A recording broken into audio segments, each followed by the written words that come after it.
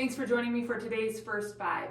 We are in Acts 22 today, so let me see if I can set this chapter up a little bit. So up until now, we see that Paul was arrested, he was in the temple, and now he's being walked out, and he wants to address the crowd. He's kind of like, can I have your attention, please? So before you jump to conclusions about me, let me tell you my story. And so the audience that Paul's talking to is mostly Jews, pretty much listening up until this point, and he goes on to tell them, listen, I'm a good Jew.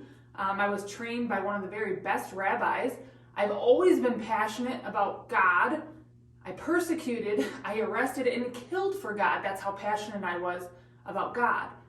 That is, until I encountered Jesus. And then Paul encountered Jesus, and he was changed. So he tells them he was traveling down the road. He was ready to hunt down more Christians to persecute them.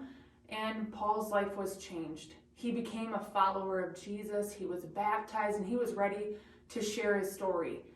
But then Paul says that the Lord told him to go tell the Gentiles, the non-Jewish people, all about what had happened to him and all about Jesus. And this is the point in the little speech by Paul that the audience is like, okay, we've heard enough. We're not having this anymore. We were fine until you included people who aren't like us. This is a Jew-only club. That's kind of the vibe I'm getting. And so this is what they say starting in verse 21 of Acts chapter 22. So then he says, then the Lord said to me, Paul, go, I will send you far away to the Gentiles. This is where the uproar comes. The crowd listened to Paul until he said this. Then they raised their voices and shouted, rid the earth of him. He's not fit to live. They want him killed for passing this along to the non-Jews. As they were shouting and throwing off their cloaks and flinging dust into the air, the commander ordered that Paul be taken to the barracks. He directed that he be flogged and interrogated in order to find out why the people were shouting at him like this.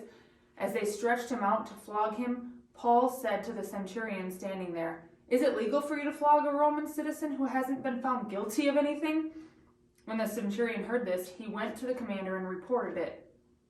What are you going to do? He asked. This man is a Roman citizen. The commander went to Paul and asked, tell me, are you a Roman citizen? Yes, I am, he answered. Then the commander said, I had to pay a lot of money for my citizenship. But I was born a citizen, Paul replied. Those who were about to interrogate him withdrew immediately.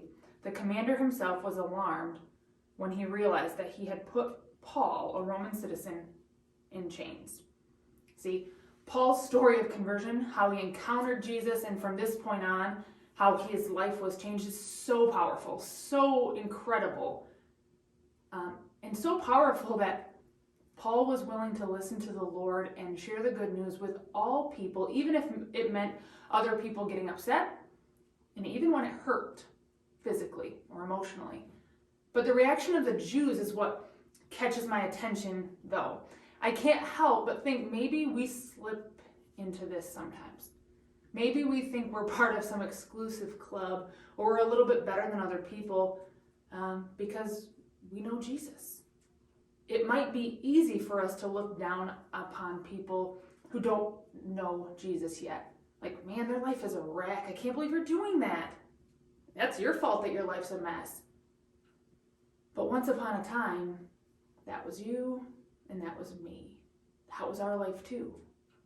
Before I knew Jesus, that was me.